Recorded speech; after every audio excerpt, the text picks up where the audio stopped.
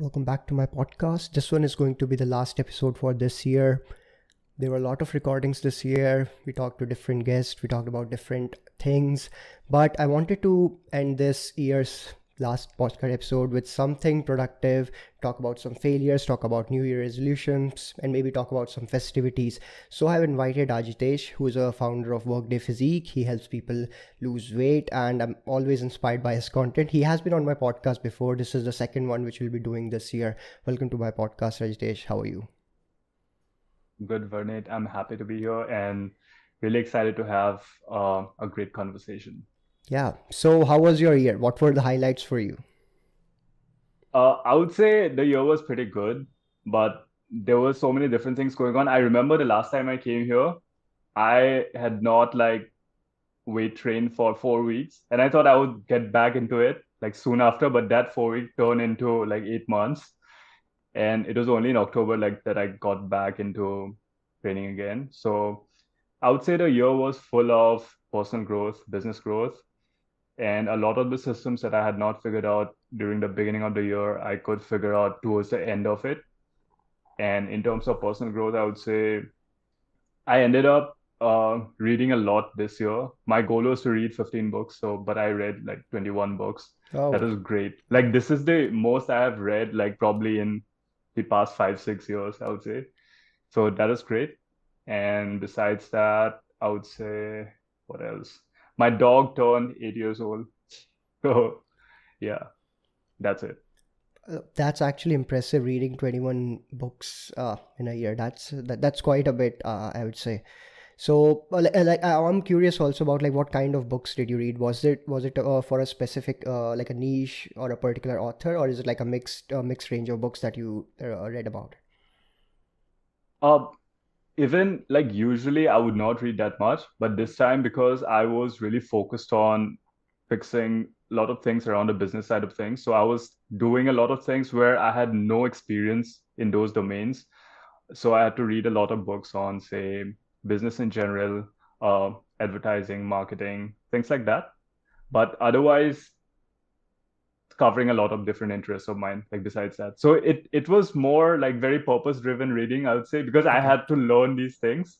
But otherwise, like in a normal year, I would not read these many books. But that was, I would say, the main driving factor. Fair enough. And I do remember that you shared your, I think, Google Insights or Google Analytics about your website, like setting up new benchmark, new records for yourself in terms of ranking, right? I think that happened this year, correct? Yeah, that was also pretty great. I had started the website back in 2021. So it was over time, like slowly as the momentum built up. Like this year, the page views were quite great. I would say not significantly awesome, but like compared to wherever I was before, like for me, that was like pretty great progress.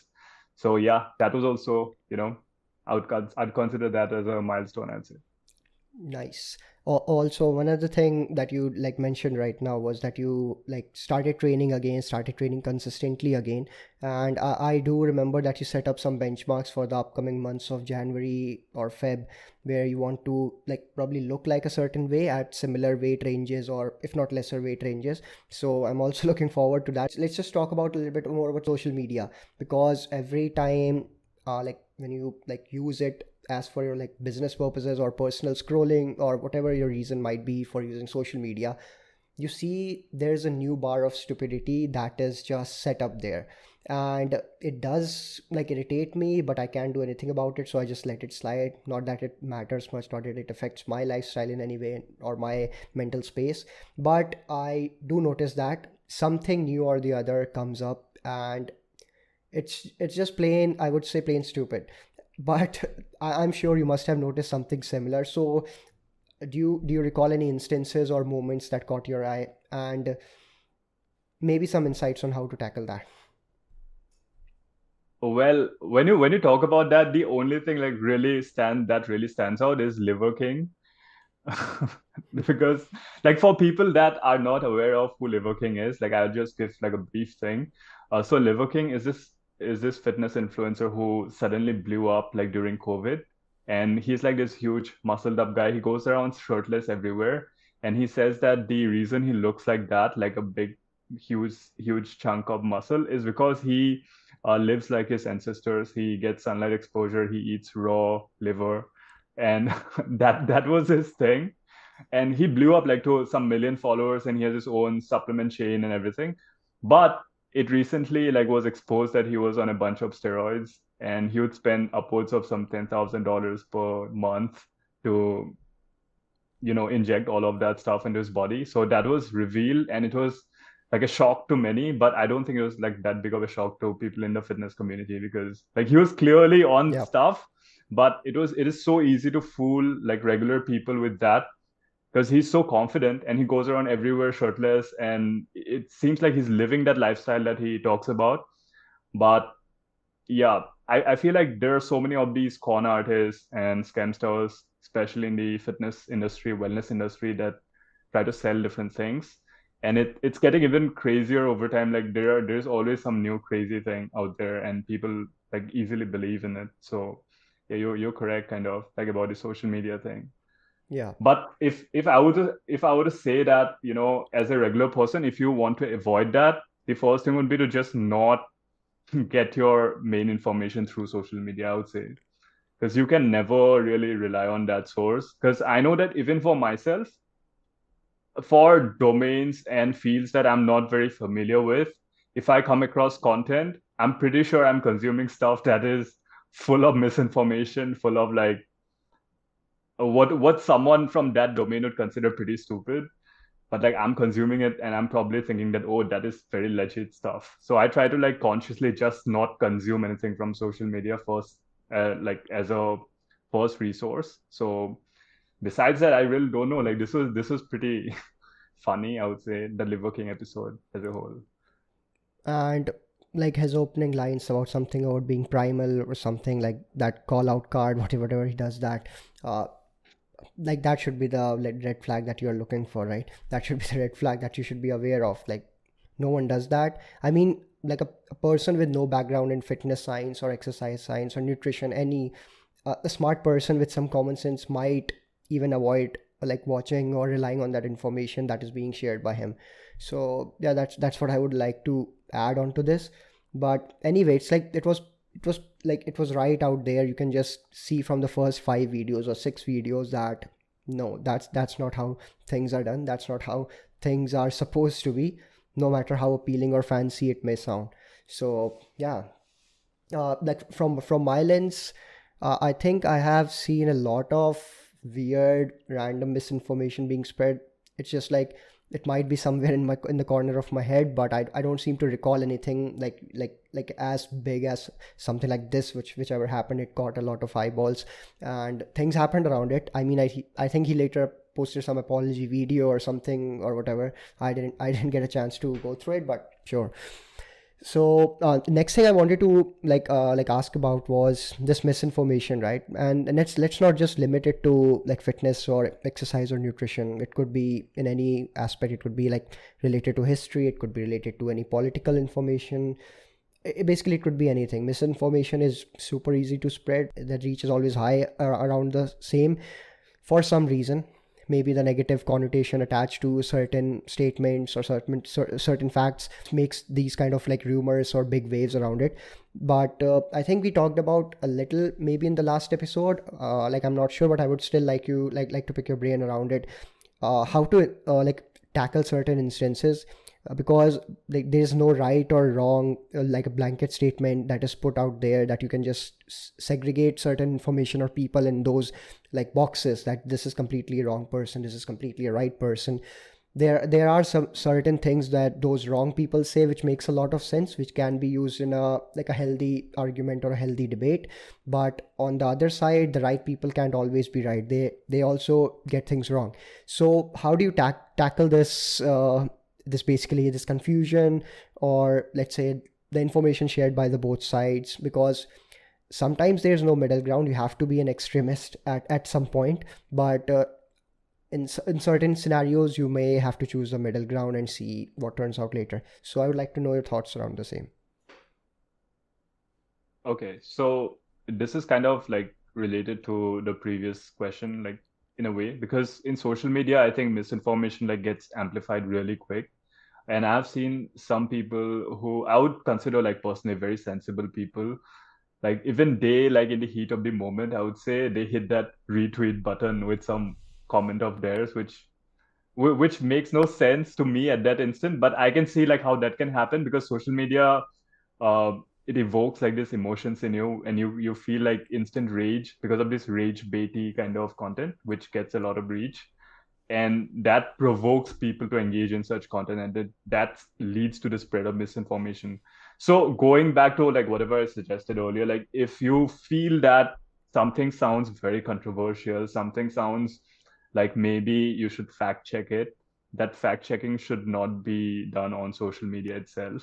Like you should probably like go read up on it somewhere else, like from a news source, or like read up in some kind of physical book format, and then come back and think about it peacefully and then form an opinion around it instead of reacting to it. I would say like when you see that thing, it makes you like, if something makes you very angry or excited or want, it makes you want to like comment negatively about something, like you should probably not do it. I think when you talk of like what we spoke of last time, there's the halt framework. I think like when people get angry, it's either because, no, when people like act reactively, it's because like they're either hungry, angry, lonely, or tired. I think that was that. So it's probably similar in this instance. Like you should really think like if you're really feeling angry, maybe that's something else. It's not that issue. You should go resolve that, then Mhm. think about it in peace. And yeah, like don't take social media as like your primary source of information. That's definitely what I would suggest. Like even personally, I've cut down drastically on like, creating social media content because I really thought about it and really consider like the consequences, because I personally feel that this is such a big menace to society as a whole, because it's so much noise, no one is learning anything, and every time it's like just like this 15-second loop of like something and then the next Mhm. something, like there's really nothing going into your brain, but you're consuming all of that. Like even if I want to contribute something meaningful, eventually I'm also adding to the noise. So like I don't know, like the tool itself is not meant for this, because the people who create the social media apps, their whole purpose is to keep you on that platform for as long as possible, so that they can show you as many ads as possible, and that gets them revenue, and that is the whole motive, like the ad revenue model. And if that is their end goal, like I don't see like how any kind of content is built to serve you as a person. So it's meant to like evoke negative emotions, it's meant to like get you all ragey and angry. So like it's just a bad place to be in. Like if you want good information, like get out of social media, go somewhere else, I would say. Okay, that's interesting. And adding on to that, I just wanted to say, even though like you mentioned, right, get off the social media, refer to other sources, maybe a book, maybe a news article, but again, most of them will be biased in a certain way or the other, and that's not a Mhm. bad thing. Like having a bias is definitely not a bad thing. You need to trust your gut at times. It's actually healthy if you trust your gut from time to time, considering it's well within a reasonable healthy range of taking decisions. Just generalizing here, we can get specific in this, but like relying on one piece of information may not be the best thing for you. And I can see like why you were a little bit hesitant about creating more social media content in probably like a volume on volume basically. Like you are understanding what is happening around, you are making conscious efforts on how to mitigate it. It's not like you can completely stop making social media content. You have to be there, you have to market yourself, you have to be present, right? But again, how we do that matters the most. To get reach, these like something controversial, something argumentative, or something of that nature might be the right way to do so, to like gain traction, like spread information like a wildfire, things of that nature. But I think it has been there for quite some time before even social media existed. It was just a different mode of communication: newspapers, radio, televisions, whatever. So anything of that nature was there, but now information is actually quite easy to like grab. Just in 2 seconds you get whatever you want to know. It's There is no like barrier of learning, but people are not I would say using it to the best of its capabilities. There's so much scope that you can like like you have literally everything in your hand. You can do a lot of things, productive things, constructed things, build things at scale, and you don't even probably have to pay for it. There's like a lot of free information floating around. You just read about it, you get better at it. Once you read more into it, you realize the previous information was incorrect, then you build upon that. And I think that's how you teach others to do so, right? Like that's how information gets filtered out, that's how you make new content. I mean, you are definitely repurposing something, something which you're probably like the ancestors said about something, and then you talk about it, then you find new thoughts, and that's how you build up on the volume or the education or the knowledge part. But talking about that instant gratification, that's something which you seek from social media, some validation, some mindless scrolling, which you talked about, like 15-second loops, right? You're not getting anything, but you're just passing through, you're just sort of wasting time, I would say. And some people might justify that it's not wasting time, it's just relaxing time or whatever. But yeah, I do agree with like most of what you said, right? And these were my thoughts that I was just like thinking through when you were talking about that. And the next thing, which I'm also wondering about, and which I think I'm also a creator, so I need to be mindful of, is creating short form content. They like I do make informative short form content, but it's like maybe if I'm making 20 posts, then only 3 or 4 out of them would be informative. Rest is like basically a travel vlog or some exercise video or something of that nature, because I believe those 15-20 seconds are much better way to capture those memories or instances than just talking about something scientific or techie in just like maybe 30 seconds or a minute and a half. But the short form content is definitely they're gaining a lot of traction. It started with TikTok, I believe. Like when TikTok came into action, there was like a large volume of, I would say, content consumption in terms of like people creating them and people consuming them. And that's what companies noticed as well, and that's why every platform introduced their own version of the short form content, like YouTube Shorts and Instagram Reels and whatever. So, what are your thoughts on the consumption of short form content? I do know what your actual thoughts are. I've read about it in your tweets, I've read about it in your posts or stories, but I would like my audience to know as well what your thoughts are on the short form content consumption, and do you think it holds any kind of merit in long term usage of social media, like in any form or whatsoever? To really like be straightforward with this, like if you're a content consumer, like you probably should not be consuming short form content at all, because uh like right now, like how the algorithm decides like what to show you next is mostly based on like dwell time. So like how long you're looking at something, they would use that to correlate with, what kind of content you spend most as, as a consumer, like where do you dwell the most. So dwell time is like a main indicator, but as artificial intelligence gets better, they're going to use a lot of factors to determine like which kind of content you like the most. So right now, maybe like after 2 3 videos, you get the next video that you really like. But in the future, like in a couple of years, every video that you scroll would be a video that you like. So it will be that good at it. And especially like if like VR technology becomes somewhat mainstream, like they have like all this eyeball tracking and all of that technology, so they would know even to like a greater extent like what you really enjoy. So everything is going to be curated perfectly for you. So once you get into the app, you develop that habit of scrolling, you just never be able to exit the app, because it'll be so good and so enjoyable for you, you'll just not come out of it.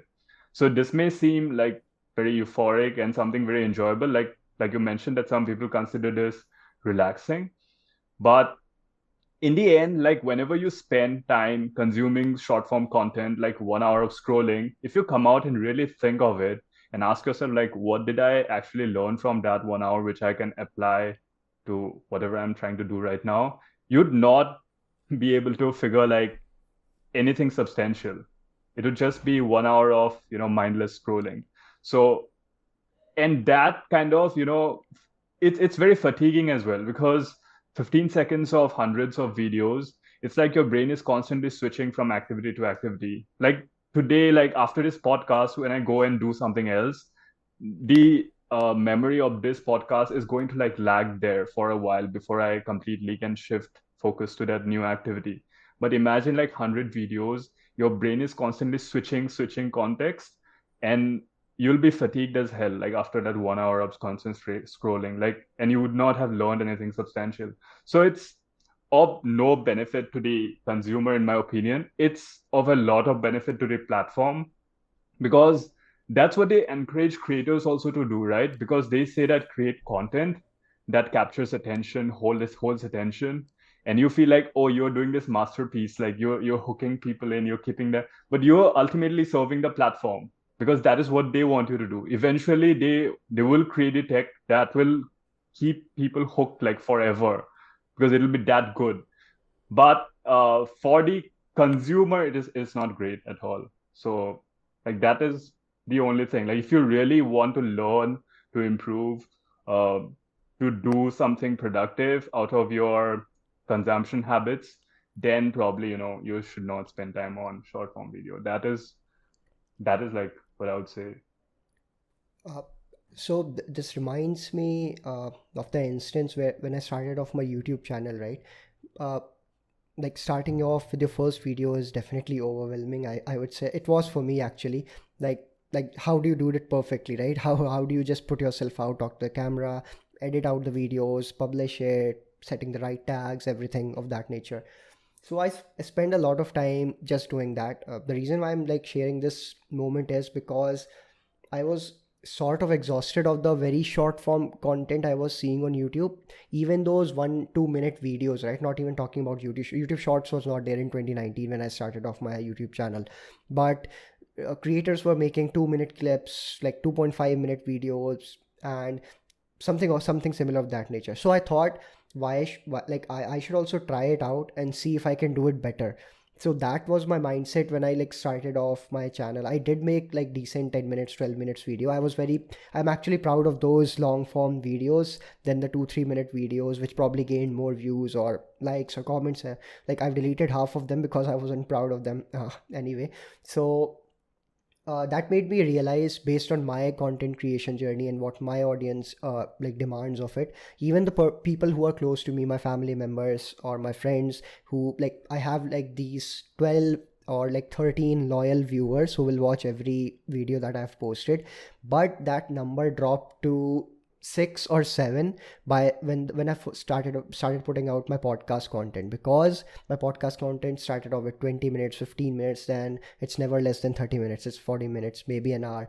There was a podcast which went on for 1.5 hours, a 2 hour podcast. So that's when I saw that those like 12 loyal viewers converted to 6, and now it has dropped down to 3 people who watch all of it from starting 000 timestamp to the end of the timestamp when the outro rolls out. So that made me realize as a consumer or as an audience where they are heading towards. And the reason why I mentioned these loyal viewers, because those people definitely watch every content of yours, they support you, they talk about it, they share their feedback, and I'm all up for it. I am also like supporting some other creators, watching every content of them and so on. But I do watch them. I have no issue watching a long form video podcast or anything. I can watch a 1 hour podcast. But I think a lot of people can't do that. They don't have that attention span of sticking to that content from start to the finish. And that's what those people were suggesting to me. Why are you making 1 hour long videos? Why are you making 45-minute podcast? But actually talking about these things in depth, talking about these things in details, maybe reiterating some of the statements again and again, like it helps me feel better about what I'm talking about. Plus it helps me get the guest's insight onto it, right? Because you can't do that in just like 30 seconds or 60 seconds. What are you going to do? Jump cuts from like every 10 seconds, 15 seconds. It doesn't make sense. I mean, yeah, it does look fancy, it does look, wow, it's something appealing, it's something catchy, but I don't think it provides any actual real value. It just gives a short-term high, which I think probably fulfills everything what a person is looking for on a social media platform from a consumer's perspective. But like you mentioned, you don't learn something significant, you don't remember those things. If like I know a lot of people who send me almost 10 to 12 reels in my DMs every day. I get exhausted just by thinking of how many reels they must have watched to just share 10 of those to me. That's the first thought which like comes to my head. and then it's just very very exhaustive. Like they shared those 10 specific reels, they might be good, they might be cute pup videos, cute cat videos or whatever, but then I remember that it's a very mixed range of videos that they share me. They're just scrolling, they found something they like, they send it to me, right? Then it's a pet video, then it's a funny meme, or it's a funny fall video, gym fail compilation, nutrition recipe. It's a mix of videos that I receive on a daily basis. It's like two guys have been sending me 5 to 6 meme or reels video every single day. It has been like almost 365 days for sure. They haven't taken a single days of break, and that is something which like lingers on my mind, like what's going around, and why can't I like put a finger on it, and how to let's go about it. It's something like that at times. So I do make reel It's videos. it's like it's like it's like all this hyper Yeah. stimulation, like when it happens constantly, like when you actually go out in the real world, and you can't even like sit with another person and talk for 1 hour, 2 hours, because you miss that, jump cut. There's no jump cut there. Yeah. And so it's just like conditioning us to be hyper stimulated all the time. And if we don't have that constant stimulation, like there is no variety every few seconds, like it makes us feel like bored. Oh, this is too boring. Like I need something new.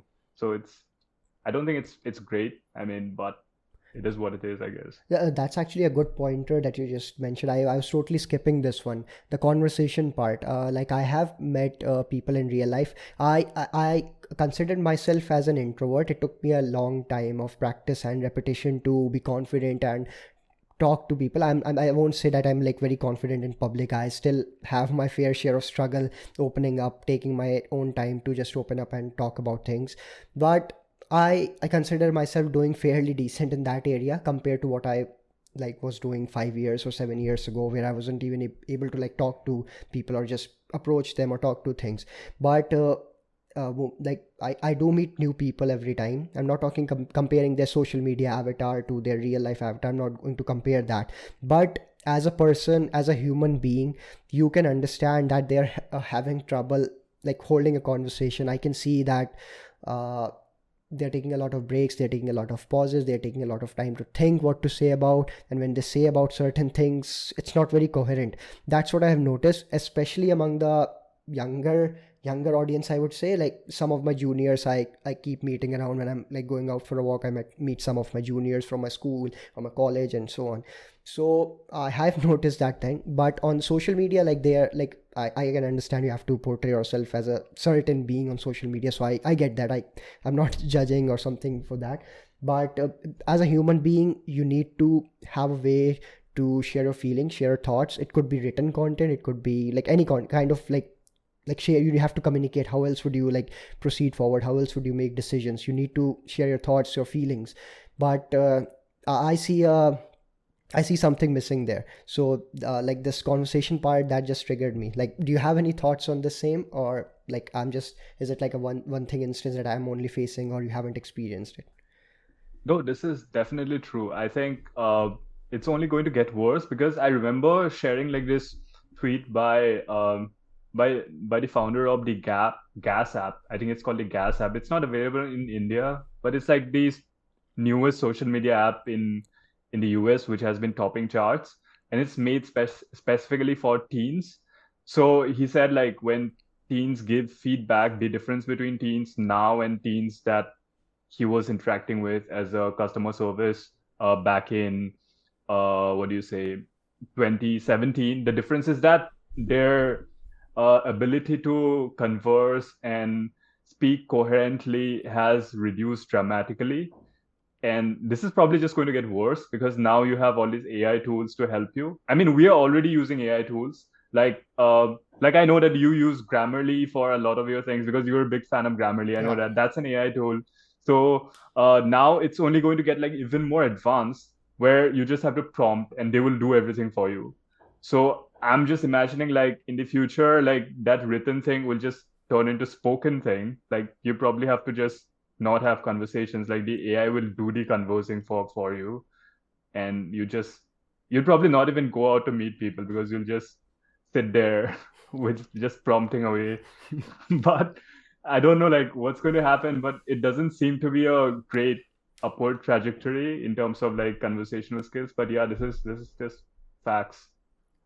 It would be an upward trajectory for brands and businesses who are taking advantage of it. I see a lot of money happening, like money making opportunities there with Yeah, with the tech we have at hand, and it's going to get better only. I don't think it's going to get worse. Your tech gets improved. There is a yeah, certain demographic of people or a certain set of people who are constantly working on it. They are super smart. The business leaders are smart about it. They are doing things the certain way. But yeah, yeah, I think the best we can do is like talk about it and make sure it reaches out to some people. Maybe they learn yeah. about it, learn a thing or two, apply it in their lives, and get better at it. And I think apart from like we talking about thing, I'm sure there are a lot of other creators or other, I would say, influential people with much larger audience that they would have talked about it, and people must be getting aware of it. It's not like everyone is going to like go down that track of like thinking about things. All of this just adds on to another question. Like when people, I've seen like some people say that they are taking a digital detox or a social media detox. Do you think that is actually helpful, or do you think it's just something that they do to feel better about something that they have achieved in like maybe 3 days gap, 5 days gap, or a 7 day detox or whatever? No, I don't think like it is useful in any way because it's like the crash diet analogy that you take because like sustaining good habits, it takes like a permanent change. So if you see yourself as a social media user, so maybe it makes more sense to like have it integrated into your lifestyle in a limited way that you can sustain for a long period of time. Like if you like eating cake, instead of going off cake for like 5 days and then eating one cake again like every single day, it makes more sense to like make it like a small part of your daily life. So don't crash diet or like don't digital detox. I feel like this detox term, like with any like diet or your digital habits, like it's a bad term, like it's a short term solution, but like if you really want to make a change, then maybe you should think a little long term, I guess. Yeah, I do know a couple of people who like set their timer or limits and actually follow it to the dot, like setting up like Mm-hmm. Instagram usage to 35 minutes, maybe Twitter usage to 30 minutes, or maybe something like that. And it has helped them tremendously because without the timer, they were actually using it for like 2, 3 hours and they didn't even notice that so much time has passed by. So I think that that's helpful. You have the feature in your phones. You can set up a Yeah. limit. You can actually do that. The company is providing you both the things. You can either just mindlessly scroll your way from morning to night, or you can just actually set a timer or set a limit. But they have like placed it very subtly, and they don't want you to use it probably because they want you to stay on their platform as long as you want to. But they have given the option just for the sake of it. You can make the best use of it. You can't It's blame. like those confirmation buttons that you see where like the one they want you to click is like bright red or blue, and they like unsubscribe or like no is like grayed out like in tiny. Yeah. It's like that kind of. Yeah. Another example that just reminded me of like I was watching like when the first time I watched Netflix on a TV setup, right? So like you open the app, you log into your profile, you watch your show, whatever. When it's done, when you're going back, you're trying to quit it. It doesn't let you quit. It asks you to like travel through the menus to the bottom, then you go to the top right corner. Yeah. That's when you like asks to like quit the app.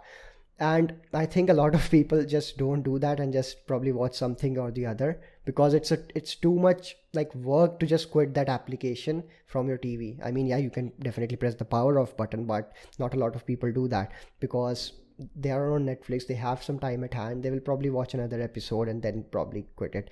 So I did notice that this is something which apps or companies have smartly built it so that you stay on that platform a little bit longer. And that just amazes me, like, yeah, those are some smart brains. How are they doing things? So yeah. And moving on forward, we did talk about habits, systems and routines in the like the previous episode. We talked some of those things in this episode as well. But just having a system or just knowing about a system doesn't help, because you may have the best tools at hand, you may have like the best access to information. You probably do. Everyone has access to information if they have internet, if they have a smartphone or a computer or anything. But just having a system is just not enough. That's what I personally believe, because it's not just about having like a lack of information, not just lack of information thing, it's lack of effort as well, lack of willful participation, which I believe is also the cause. And I think one needs a strong mindset, or a transition into a strong mindset to do certain things, to like complete a specific goal, right? So these are my thoughts, like about like having a system. I mean, I totally 100% support that having a system or a routine helps. You can do a lot of things that way if you plan out something or the other for your day. You don't have to plan out every minute, but plan out something. But what are your thoughts on this, around the statement that I just like mentioned or talked about? No, I get what you're trying to say because, for example, if you just look at the book like Atomic Habits, like it's a bestseller, and I'm pretty sure like a small percentage of people who have read that book have actually done anything with the information from that book. It's just popular, that's why people read it, and they like that they have read that. It makes them feel good, like after having read that. But yeah, it's true. Uh, so how I like to think of systems is that it is that part like where you can put things on autopilot, but to get to the part where you have things on autopilot, you of course have to start with, high level of effort, because you're just not used to a certain way of doing things. A lot of people, when they start, say, trying to lose weight, and they sign up for a program, they feel that the program should fix them, and they should not have to do anything. Like, I paid the money, or like I bought this program, I got on this diet or whatever. That thing should just fix me, and I should get a result, and then I should be able to do whatever I want. But that will not work, because if you want to sustain those results, you have to come from a place of, high intent, that I really want this result, and I'm willing to make this change, and I know that this is going to be difficult, and I'm going to put in the effort, because ultimately it is you who has to do the work, and whatever program is there is just like the framework provided to you to, execute. So if you just think that someone or something is going to fix you, that's not going to work. Like, a book won't fix you, or a video won't fix you. Ultimately, you have to do the work. But eventually, when you do that work for a long period of time, you will notice like patterns, where you see that maybe putting in these few things in place makes it just automatic. Like, I don't have to think of doing this task. Like, when you start cooking over and over, like your own meals, for adhering to your diet, you'll just figure out ways to, meal prep, which is more efficient. So that becomes like a meal prepping system for you. But if you just read about meal prepping systems from the beginning, you just not know where to fit that into your routine. So you have to go through the process and see like what actually works for your lifestyle. So if you're a very busy person, maybe you cannot do like 5 days a week gym workouts. Maybe like 3 days works better for you. But the only way you'll figure that out is like actually going through the process, putting in the effort, trying to see what works for you. But that is like this learning curve. So you're completely correct. Like, that you need to have that effort. And when you get into like get into that mindset of like, I need to achieve that goal, you need to have a high level of intent when you go into the process, and not just feel that someone else or something else would just fix you and magically you would transform into something different altogether. Like, that'll not happen. So it's just a process. So the systems come in like when you have that automation built in, but that's like the later half, I would say. uh, it does make a lot of sense. Like intent changes things like significantly, I would say. If you don't have any intent, you're just chasing random pieces of information, getting nowhere. That's what I believe. I mean, you do have like tons of information around fitness, exercise, sports, running, everything. You have information on probably every subject, every topic. You will find hundreds, if not thousands, of blogs, videos, content around it. But that won't do any good. I mean, even if you stuck with the worst piece of advice and be consistent about it, you will still get some results. That's a fact. Even though how stupid or like bad that piece of information might be, you still get somewhere if you stick to it long enough. But like again, it's a matter of consistency, it's a matter of intent. And if it was easy, everyone would be doing it. Like that cliched quote or the statement that like makes rounds every time, but it's actually true. And I don't think we don't have any other options but to like give our best. I think we need to give our best in every scenario whatsoever. Like And if you really think of it, like when you do this for a long period of time, uh, it just it just becomes like a lifestyle for you. So when I took a break for 8 months, uh, it was because like I had put in years of effort into building my body, like building those good habits. So I knew that if I took a long break, I would not have to like put in a ton of effort to just get back on track. Because once I started back in October, I have not really gone off track since then. And it is also because the muscle muscle mass and the strength comes back so fast that itself like gives you that momentum, because you see that progress rapidly happening and you start to feel good, you start to feel like your old self. So, and everything is in your favor, but to get to that point you have to put in those years of work. Like you would not be that person like from the beginning. So when you're put in that time frame of work, even if you go off track, like when you come back, that that process is so much smoother. But that won't happen like if you're a beginner trying to just go on and off plan like every few weeks. yeah. And like these years of efforts actually don't feel like years of efforts, personally I think, because the starting point may have felt like it was a big challenge, and every new thing that you start off does feel a little bit intimidating to you, and that's perfectly fine to feel that way. That's how you learn, getting out of your comfort zone, doing things again and again and again.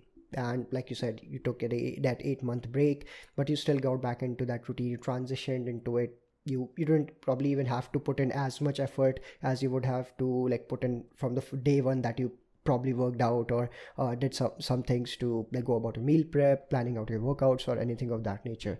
But again, it's going to exist. These are like subconscious efforts that you put in without giving too much thought into like any of these things. It just happens naturally, and it doesn't feel like a task, it doesn't feel like a homework or an assignment that you have to like take off. Like, you know, you have to eat this much amount of protein in your meal, so you just add it. Sometimes you eyeball it, sometimes you measure it, but you have a fair understanding of these certain things that will lead to a better outcome in the direction you want it to. So it does make a lot of sense that way. And like, moving on to the next step where we like talk about these things, right? This was like following those things, like putting into actions, having a strong mindset. I mean, you can't like feed a strong mindset into some like anyone basically. It's just like it's a choice that you make for yourself. It's a choice that you have to take, it's a decision that you have to make. But some people believe that journaling also helps to be able to share things, to be able to like make note of things that you have achieved so far. Like, journaling happens in many ways. Some people talk about emotions, some people talk about their routines in their like journals or a planner or a diary, anything of that nature. On a personal level, I also journal or write something or the other, and I have been doing that consistently for most parts. But what are your thoughts of uh, like people pursuing this habit of journaling or journaling as whole? What's your take on this? Um, okay, so I personally think of journaling as like an awareness building tool. So, and that can be used in like any instance. So, for example, uh, for people like who want to start weight loss, like we recommend them to start maintaining a food diary. So that is a form of journaling because they have no idea of what they're eating. So in order to build that awareness, you need to start writing down whenever you're eating something. And in my personal experience, like back in 2019-ish, I would say, like I was going through like this depressive phase a bit. So I wanted to like start therapy, but a lot of people that I know in my close circles, did not have a great experience with therapists.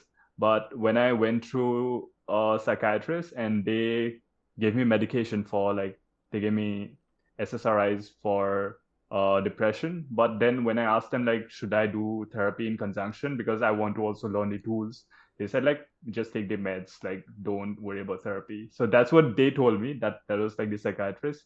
So, but I wanted to like learn the tools. Like I knew that I did not want to be on meds like forever. And if I did not learn the tools while I was getting better with meds, it just would not work. So there's this system of therapy that is called cognitive behavioral therapy, CBT. Okay.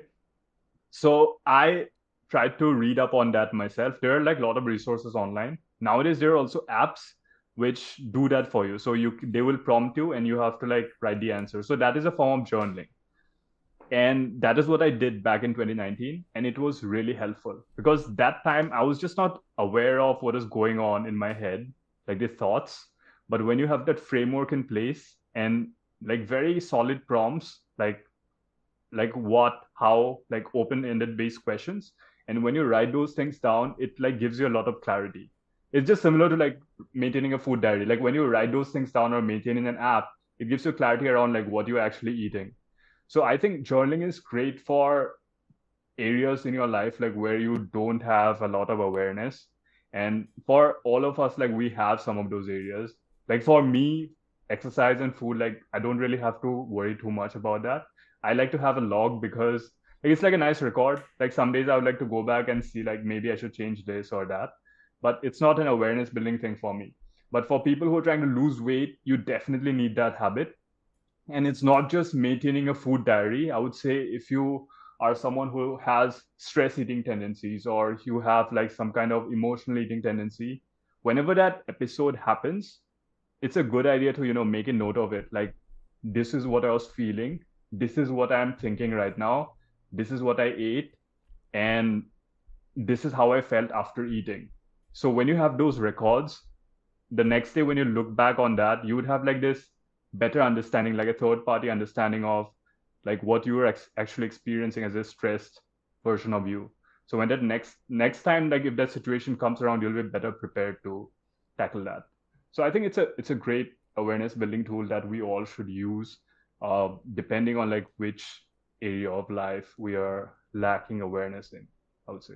Yeah, and like you mentioned about the food diaries, right? Like it can also act as a good way of finding out what your triggers are. Like sometimes something triggers you, that's why you eat certain things again and again. And it has helped some of my clients in the past when I asked them, like, why did you eat this particular food item at this particular time? Then they told that they came back from the office, when they just opened up their shoes, changed their clothes, then they just went for the snack. It was just out of habit because they were tired and wanted to relax, so they wanted to have some chips and watch TV. So watching the TV and relaxing was sort of the trigger that led them to eat some chips. So in that case, we help, like I help them change up their environment, add some healthier options around. They have a fruit or something, but it wasn't like, I would say, like a very easy transition into it, because it was years of habit that made them act a certain way. But with practice and being mindful about it, forcing themselves to go out of the comfort zone, help them transition. But yes, journaling in terms of food, even exercise, helps you find things that you must have missed when you move through, like you spend like 1 year 2 year down the line, then you realize that this could have been better in terms of exercise. You could have added certain exercise, swapped out certain movements. So that's how you learn and get better at it. And as a coach, that even serves as a good data collection, I would say, because the more data you have as a coach in terms of exercise or what your client is eating, that gives you a better understanding of how you can help them better. That's basically it. But in terms of talking about thoughts or certain emotions, or from the awareness perspective, like you mentioned, that's the reason why I journal my thoughts. Like personally speaking, I do write a diary. I write about the highlights of my days, the highs, the lows, and that's basically what I talk about in it. And like I may have How mentioned long this, have you been doing that? How long have you been practicing that? writing a diary, Yeah. uh, like consistently, I think it has been almost 5 years now. Like I started off in more than 5 years, 5.5 years, 2016 mid, I started off somewhere around that. I don't have like every page filled out there. Like for example, if there are 365 days, there might be 10 or 12 pages that are empty. But like I see that it's still fairly consistent considering there's only 10 days of missing data or information around that. Those were the days where I didn't feel like writing anything, so I just like crossed the page and just moved. It's not like I was feeling down or something. It's just like, yeah, let's let it slide. Nothing special to talk about for that day. It was like some of those days. But I started attempting to write a planner or a journal or like talk about things in my diary in 2006 for the very first time. So like that's where like I was always fascinated about this idea, but I was never consistent. I like every year 2006, from 2006, 7, 8, 9 till 2022, I have bought a diary with the dated diary, right, where you have those days and stuff. I used to start on 1st January. I used to go till 15, sometimes 20th January, then I gave up. 2006 was something like that. 2007 was like 1st January to maybe 2nd Feb or something, then, and something of that nature. So that's what's happening. But in 2016, something just clicked inside my head, and I just thought, just give this a shot. Even if I don't have anything to write about it, I'll just write what I ate in the whole day. That's what I'll do. So some days I've eaten like palak paneer with chapatis. I've written rice and dal. That's what I've written for the whole day. That I ate this. I ate some cookies. I went out and had ice creams with a friend. Those are the things which I've written on some days for the sake of being consistent, and I actually felt good about it, that I was able to like take out a minute of my day and do something which I wanted to. So that has helped me like build some sort of like I would say habits, or like reinforce my belief that I can follow a habit, because you do need some certain reinforcement, certain validation from your own efforts, not just like publicly seeking validation or something like that. You do need to feel the results in front of you. And collecting those diaries, like I do have like 5 thick diaries over the years that I do go through them from time to time, just for the sake of it, to see what I wrote about. I don't even remember what I wrote in most days, but once I go through it, then it just triggers that memory, and I can think of it very clearly on what like what happened that day, what I ate, and why I wrote about it. And that's actually fun to think of it, that our mind can remember or recall so many things, and you just need a bookmark kind of thing to just get it out of your memory, and it's there, you can remember those. So That is like really cool. Like when you have like a record of all of that, it reminds me like of those people like who do that. Um, like Da Vinci, like all his works were like because he maintained records of whatever he was thinking, like his ideas. yeah, Like, it reminds me of that. Maybe like someday like people will discover your yeah, they'll his collection of they'll diaries. find egg jam recipes and stuff like that. So I'm not sure it would be helpful. They're probably disgusted by the recipes that I have written into that. But yeah, hoping for the best, and maybe I'll write something super intellectual later down the line.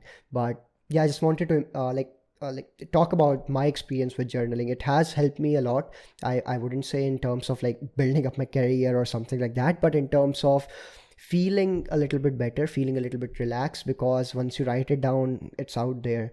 You can see it on paper, and you feel a little better about it. Even if it's a good thing, it's a bad thing, you just know that it's there. Yeah.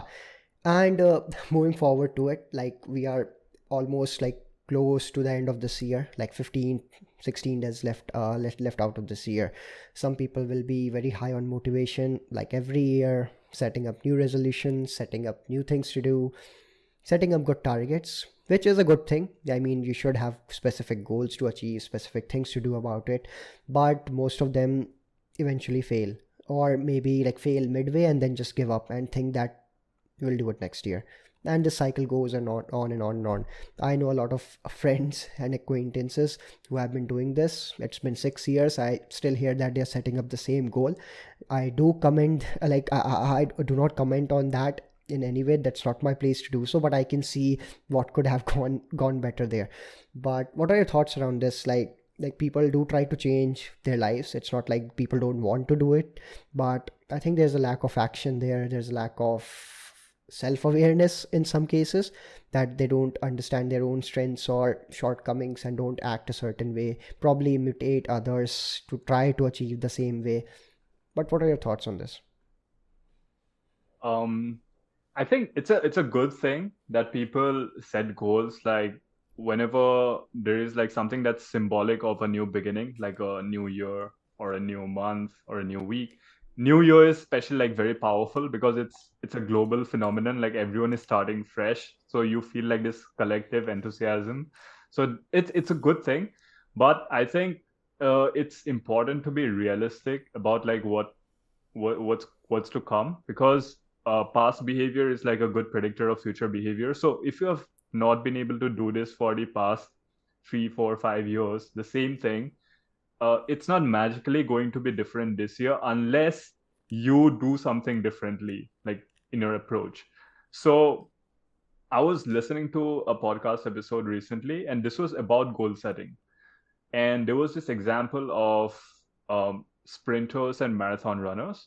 So when sprinters run, when they're running, their goal is set at the finish line. So like they no, they talk to sprinters and they told them that whenever they're running, they imagine like the spotlight on the finish line as they're running towards it.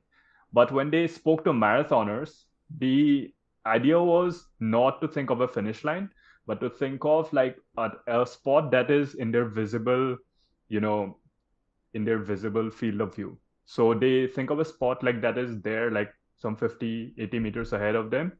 And that is what they aim towards. So once they reach that, they aim for the next spot like that they can see. So that is like marathon running.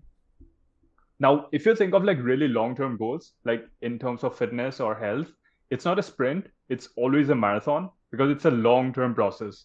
So if you go into the new year thinking that this year I will lose 30 kgs, now that is you as a marathon runner putting that spotlight in the finish line. But this is not a sprint, right? So it makes more sense to break it down into something that is achievable in the upcoming 3 to 4 weeks. And this goal should not necessarily be in terms of like a number based outcome, but it should be like a process oriented goal. Like I'll do these couple of things every single day for the next 4 weeks.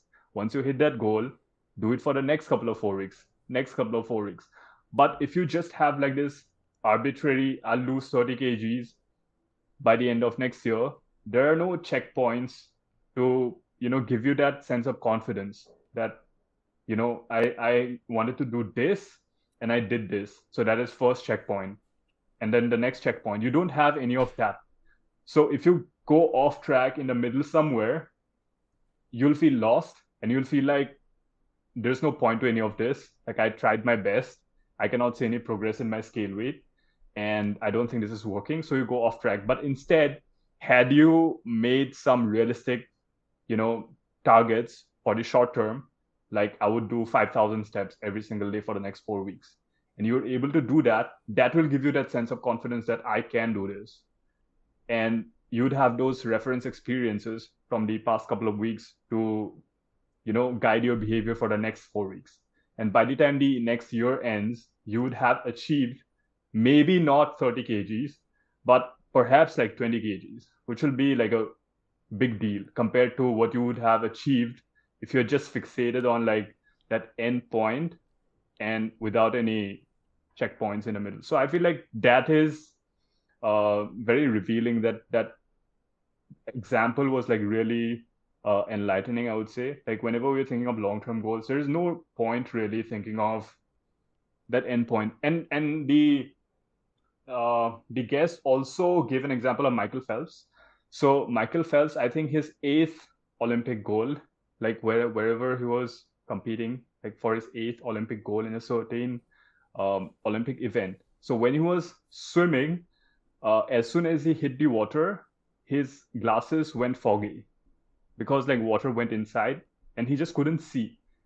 But the thing is that he and his coach had anticipated for this.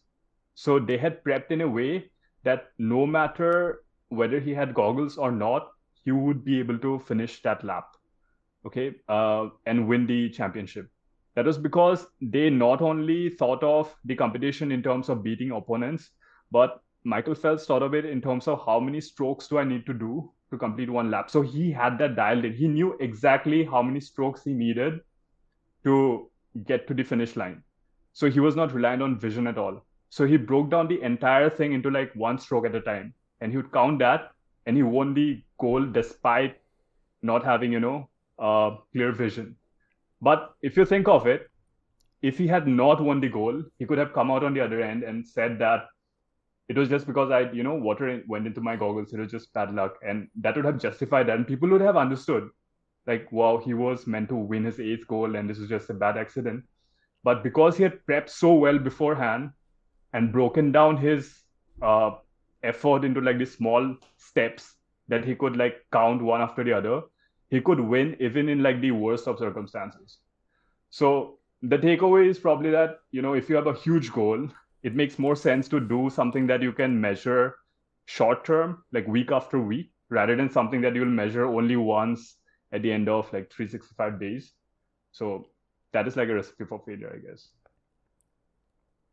It does make a lot of sense. And one question that I would like to add on to this is, why do you think people give up so frequently? What makes them just give up on things and just go back to their previous routine, lifestyle, whatever habits they may have?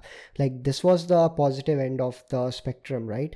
Where people like make conscious efforts, get aware of what challenges might like occur in the future and be prepared for it, and do the best that they can in the worst of the situations.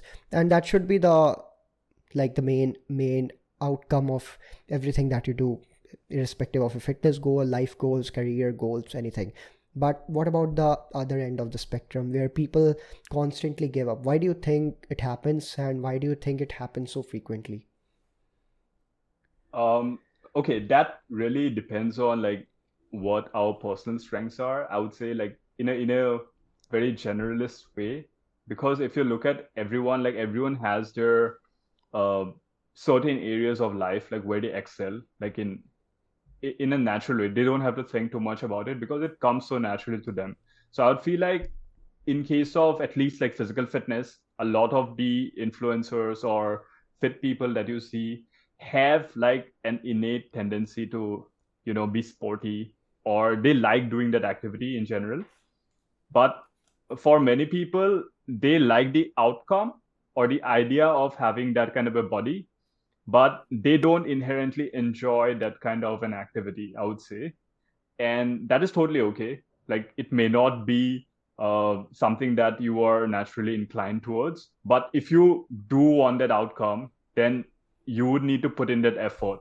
And I think that people fail to realize that things which come effortlessly to them in some areas of life, it does not like transfer over to everything else as well. So if you can effortlessly work and like put out great stuff, you should not expect that you'd come to like the gym or your kitchen and you'd be able to effortlessly fix all of that and have a great looking body. So if you don't have a natural, I would say, talent for those things or like an inclination towards those things, it would take effort. But you would have to be willing to go into that, with that intent and effort like we spoke of earlier. Otherwise, you would feel like it's not worth it because I can do these other things where I don't even have to put any effort. Like I get results, but like something is probably wrong with my body. Like I don't Hmm. have a good metabolism. So that's what they think. Like because it's just not working. Like but it's just because you're not putting in that effort, and you were just assuming that because it's effortless for you somewhere else, it should happen here also. But it just won't work that way. Yeah. I think that is the prime reason, Yeah, some probably. reality checks are needed. Like, that's a good point that you put here, right?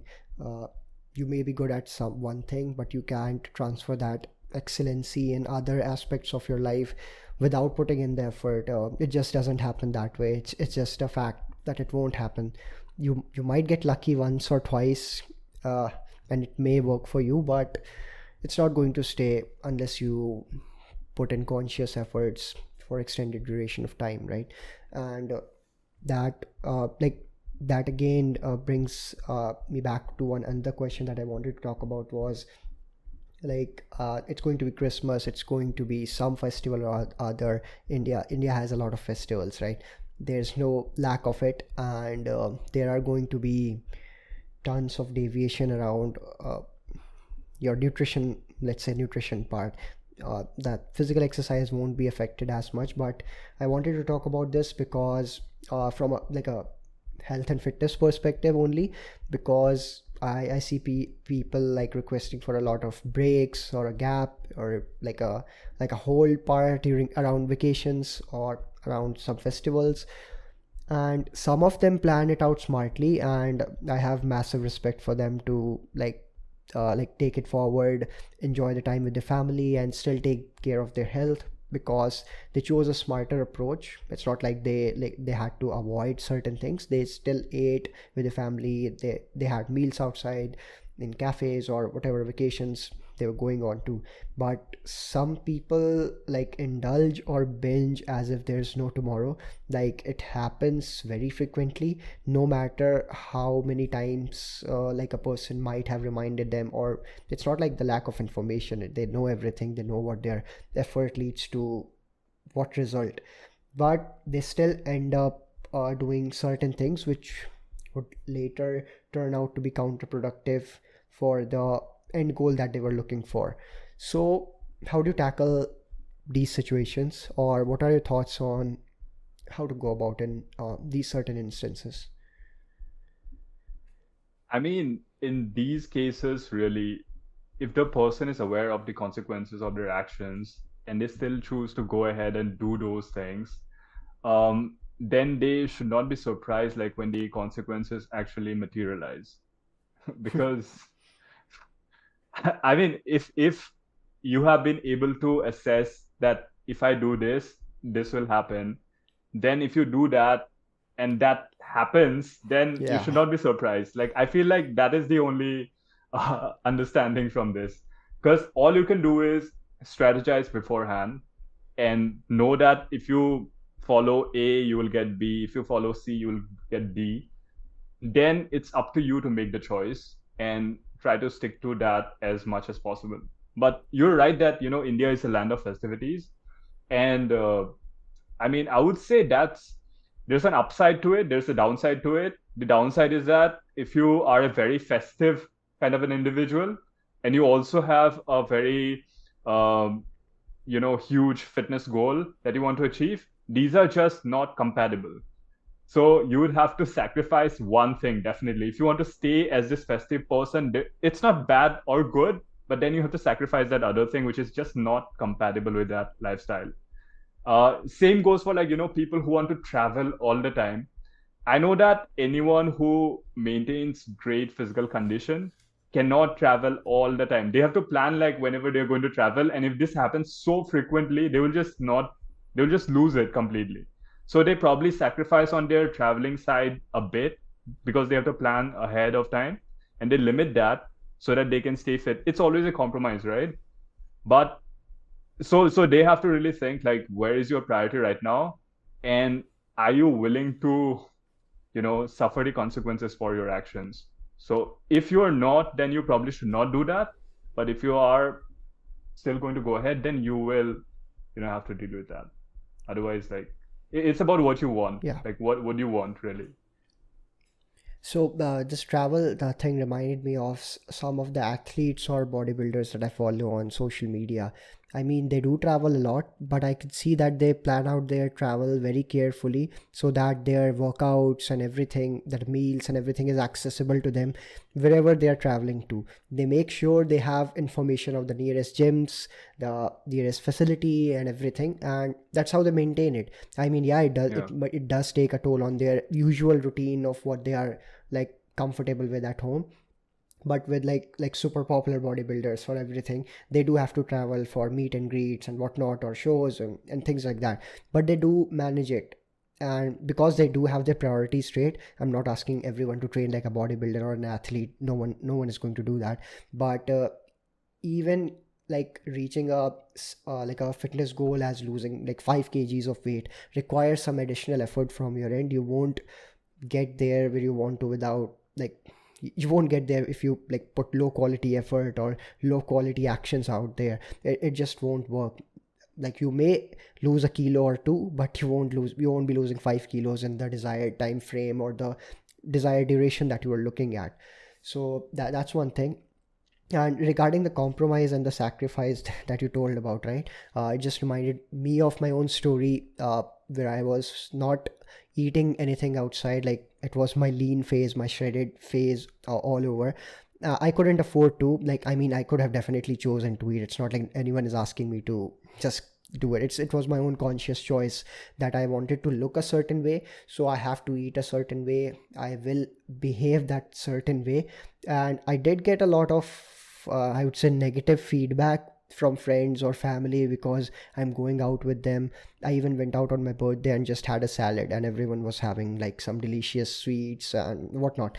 So that also happened, and that happened for 2 years, like almost 2 years straight in a row. And the festivities, festival occasions, not eating anything, avoiding it for most part. I mean, I could definitely have indulged in a sweet or two, but I just didn't want to. I just wanted to give my best to look my best, because I was chasing how I would look under, and I mean, in a single digit body fat. Once I did that, once I saw that I have achieved it on my own, I have done that, I've reached a target, that's when I just eased back into it. I started going out with friends, enjoying meals. I did everything that I just stopped myself from doing that. That I didn't like binge eat into like just got fat all over again. I didn't do that. But yeah, I do understand the point. And people who have like chase some kind of athletic goal or maybe some kind of serious fitness goals, they also understand that you have to compromise. I won't say even sacrifice would be the right word. Compromise would be a better word. Here they can see that they have to compromise on certain things, certain events, and but they would be satisfied with it. It's not like they hate that. But if you're hating on that, that you're hating everything, that you're compromising for your fitness goals, I don't think that you should be doing that. You should find a better alternative, or find a better way around it, so that you can just enjoy your process with like minimal, I would say minimal hate towards it. I mean, yeah, there would be certain things that you will hate, but you have to do it anyway. Like being consistent, people don't like to be consistent when it comes to physical activity when they're starting off, because the soreness is high, you're not feeling up to it, body is paining and everything. But yeah, I just wanted to add these pointers to what you just said. Read. Yeah. Yeah. And before I wrap up the podcast, and this one for the year of 2022, I would like to know your take on things, or your suggestion to people. What can they do to just do something better about their life, about their health, about their routines or lifestyle? I do ask this question in every podcast episode of mine, and I'm always surprised to listen to the answers. They are there are many like easy simple ways to go about it, and there are complicated ways to go about it. But considering that the year is coming to an end, people are going to start with their new routines, new resolutions will be set, new habits will come into action. What would be your suggestion to those people? Well, I would say to take things like one step at a time and not make things overly complicated. So if you have like a weight loss goal, just confine it to that and confine it to a realistic one. But if you try to pile on too many goals at a time, like I will also become a marathon runner, I will also lose weight, I will also achieve this, that, then it becomes overly complicated and then you lose focus completely. So I think simplify things, limit your number of goals to maybe like 2 to 3. And I would speak from personal experience because like I don't really set New Year resolutions. That is not something that works for me really. But if that is something that is what you're trying to aspire for the next year, it's a good thing. But personally, I like to handle one project at a time. So if you're trying to distribute your focus over too many things, it'll just not work out. So I would say just keep things simple. That would be what I would suggest. Yeah. Okay. And it makes a lot of sense, because the things we discussed about habits, behavior, systems in place, uh, I think those are like the bare minimum that one can be mindful of. Just put in conscious efforts, make better choices, eat healthier, and again, like what you said right now, that should suffice to just set up yourself for any kind of resolution that you're making, or any kind of habit that you're trying to build. So yeah, thanks for sharing these wonderful pieces of information with me, and I'm sure the audience will love it. Thank you for joining in. Thank you for having me.